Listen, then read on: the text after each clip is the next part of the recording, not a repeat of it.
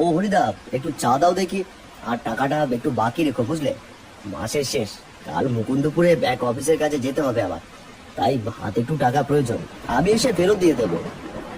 ও বাবা, সেই মুকুন্দপুর? তা কিসে যাচ্ছিস? কিসে আবার, ট্রেনেই যাচ্ছি। এই রে, সব বোনাস করেছে। ও বিরাজ দা, দেখো দেখি ট্রেনে মুকুন্দপুর যাচ্ছে নাকি।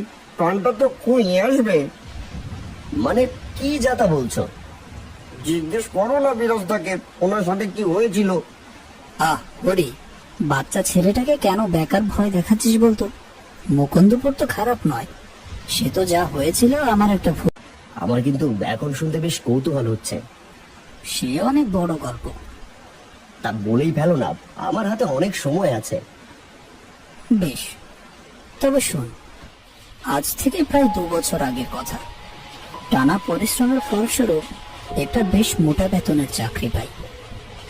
বাড়িতে সবাই বেশ খুশি। চাকরিটা ছিল মুকুন্দপুরের একটা স্কুলে। বাড়ি থেকে এর আগে কখনোই এত দূরে থাকিনি। যেতে একটু মন কেমন কেমন করছিল ঠিকই, কিন্তু আর কদিনই বা ঘরে বসে বাপের টাকায় খাবো। তাই তল্পা গুছিয়ে পাড়ি দিলাম। কথা ছিল বাবা মা এসে একটু গোছগাছ করতে সাহায্য করে দেবে, কিন্তু বাবার শরীরটা হঠাৎ করে খারাপ হয়ে যাওয়ায় ওনারা আর আসতে পারলেন না। ট্রেনে বসে নিজের শহর ছেড়ে দূরে যেতে যেতে কেমন একটা মিশ্র অনুভূতি কাজ করছিল মনে। কষ্ট হচ্ছিল বটে, কিন্তু একটা স্বাধীন জীবন। এরকম পর টিটি এসে আমার সামনে দাঁড়ালো, বলল, দাদা টিকিটটা। হ্যাঁ, এই যে। আচ্ছা দাদা, বলছি মুকুন্দপুর কখন আসবে? অনেক দেরি, মাঝরাতের আগে আসে না। তার উপর আমার আজ ট্রেন লেট আছে, আজ তো আরো দেরি হবে।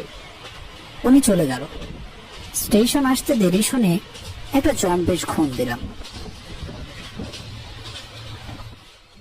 কতক্ষণ ঘুমিয়েছি ঠিক জানি না, কিন্তু কারো ডাকে ঘুম ভাঙলো। আরে দাদা, ও দাদা, উনি এভাবে ঘুমোচ্ছেন? এটা কিন্তু শেষ স্টেশন, এরপরে ট্রেন যাবে না। তড়িঘড়ি উঠে বসলাম। জানালা দিয়ে উঁকি মেরে কোথাও কোনো স্টেশনের নাম দেখতে পেলাম না। জিনিসপত্র নিয়ে নেমে পড়লাম।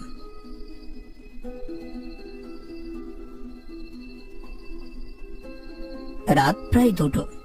পুরো স্টেশনে একজন জনমানুষেরও দেখা নেই যে জিজ্ঞেস